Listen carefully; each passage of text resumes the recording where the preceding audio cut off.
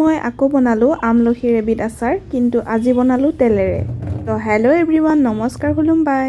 আমলখিখিনি পানীত হালধি নিমখ দি 1 মিনিট সময় বইল কৰি এয়া ৰ'দত দিছোঁহি। হাজবেণ্ডে বনাব দিছিল গোটা গোটাকৈ আমলখিৰ আচাৰ, সেয়েহে এতিয়া এদিন ৰ'দত দিলোঁ। এনেধৰণে হ'ল, দেখিবলৈ পাইছে। এতিয়া কেৰাহীটোত 2 চামুচ চফ, 2 চামুচ সৰিয়হ, জিৰা এচামুচ, ধনিয়া গুটি এচামুচ দি ধুনীয়াকৈ মই মছলাখিনি ভাজি ল'লোঁ।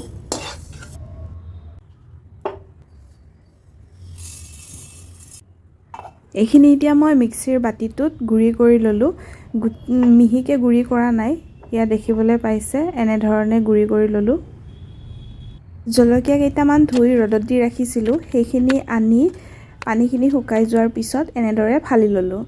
তাৰপিছত কেৰাহীটো বহাই দি মই পৰিমাণ মতে দিলোঁ তেল।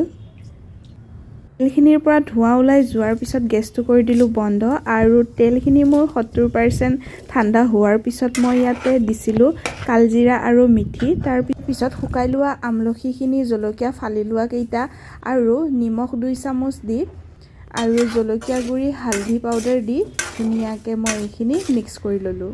আৰু নিমখৰ পৰিমাণটো অলপ বেছি হ'ব লাগে, তেতিয়া ভাল লাগে, সেইকাৰণে নিমখটো অলপ বেছিকৈ দিছোঁ। তাৰপিছত মই আকৌ গেছটো লগাই দিলোঁ।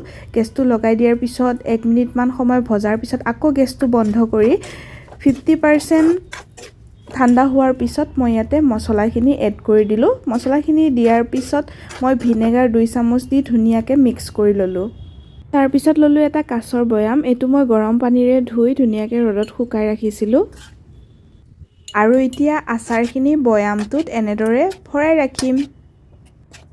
এইখিনি মোৰ আচাৰ 3 সপ্তাহৰ পিছত খাব পৰা হৈ যাব। যেতিয়াই মনত পৰে মাজে মাজে ৰ'দত দিম। এয়া দেখিবলৈ পাইছেনে, ইমানেই ধুনীয়া হৈছে। এনেদৰে বনালে বহুত দিনলৈ বেয়া নোহোৱাকৈ থাকে। তো আজিলৈ আহিছোঁ। ভিডিঅ'টো চাই যদি ভাল পালে লাইক আৰু ফ'ল' কৰিবলৈ নাপাহৰিব। Bye bye.